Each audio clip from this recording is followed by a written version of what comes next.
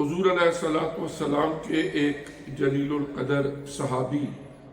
حضرت عقبہ ابن عامر رضی اللہ تعالی عنہ نے حضور علیہ الصلوۃ والسلام سے ایک سوال کیا، ایک بات پوچھی، یا رسول اللہ صلی اللہ علیہ وسلم من نجات؟ یہ ایک ایسا سوال ہے کہ جو ہر وہ بندہ جس کے دل کے اندر ایمان کی رمق موجود ہے اور اس کا یہ عقیدہ ہے کہ یہ دنیا کی فانی زندگی گزرنے کے بعد مجھے اللہ کریم کے حضور پیش ہونا ہے، اپنے کیے پر جواب دہ ہونا ہے، اس صاحب ایمان بندے کے دل کی یہ آواز ہے۔ کبھی کبھار ہر انسان کے ذہن میں یہ سوال ضرور آتا ہے، اور حضرت عقبہ ابن عامر رضی اللہ تعالیٰ عنہ کے بھی دل و دماغ میں یہ سوال آیا کہ میں نبی کریم علیہ السلام سے پوچھ لوں کہ نجات کیسے ہوگی، اور نجات کا مطلب یہ ہے کہ آخرت کے اندر جواب دہی میں کامیابی، کہ وہاں کی ذلتوں رسوائیوں سے بندہ بچ جائے اور اللہ کریم نجات عطا فرما دے۔ حضور علیہ الصلوۃ والسلام نے 3 باتیں ارشاد فرمائی، اور حضور علیہ السلام کی زبان عطر سے نکلنے والے یہ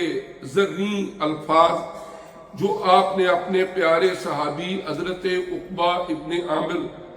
رضی اللہ تعالی عنہ کو ارشاد فرمائے، وہ تینوں باتیں آج ہماری گفتگو کا موضوع ہوں گی، اس دعا کے ساتھ کہ اللہ کریم ہمیں عمل کی توفیق عطا فرمائے۔ آمین۔ حضور علیہ الصلوۃ والسلام نے ان کے سوال کے جواب میں ارشاد فرمایا، قال امسک علیک لسانک۔ پہلی بات آپ نے یہ ارشاد فرمائی کہ اے عقبہ ابن عامر، اگر تم آخرت کی نجات چاہتے ہو تو پہلی بات یہ ہے کہ اپنی زبان کو اپنے قابو میں رکھو، اور اس کے بعد فرمایا دوسری چیز یہ ہے وَلْيَسْعَكَ بَيْتُكَ، فرمایا تمہارا گھر تمہارے لیے کافی ہو۔ اور تیسری بات آپ نے ارشاد فرمایا وَابْكِ عَلَىٰ خَطِيئَتِكَ، کہ جو تم سے زندگی میں گناہ ہو جائیں، غلطیاں ہو جائیں، تنہائی میں بیٹھ کے اللہ کی بارگاہ میں التجائیں بھی کیا کرو اور ان پر رویا بھی کرو۔ فرمایا یہ 3 عادات اختیار کر لو، اللہ تبارک و تعالی نجات عطا فرما دیں گے۔ اب اگر ان تینوں چیزوں کو غور کیا جائے تو حضور علیہ السلام کا ایک لقب ہے کہ آپ جوامع الکلم، کہ مختصر ترین الفاظ میں کسی بہت بڑے مفہوم کو بیان کر دیں۔ پہلی بات جو آپ نے ارشاد فرمائی وہ یہ آپ نے فرمایا کہ اپنی زبان کو اپنے قابو میں رکھو۔ قرآن پاک کے اندر سورہ قاف کی آیت نمبر 18 ہے، سورہ قاف 50 نمبر سورہ مبارکہ ہے قرآن پاک کی،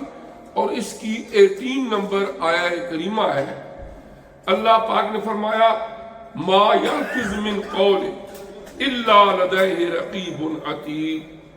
کہ انسان کوئی لفظ اپنی زبان سے جو نکالتا ہے تو اس کے پاس ایک نگہبان فرشتہ موجود ہوتا ہے جو اس کو لکھ لیتا ہے۔ کہ ہم جتنی باتیں کرتے ہیں، فرمایا وہ جو نگہبان فرشتہ ہے اس کی ذمہ داری یہ ہے کہ ہم جو کچھ کہتے ہیں وہ لکھتا جاتا ہے۔ اگر آج کے دور میں آپ دیکھیں تو بے شمار ایسے ذرائع ہیں دنیا کے اندر،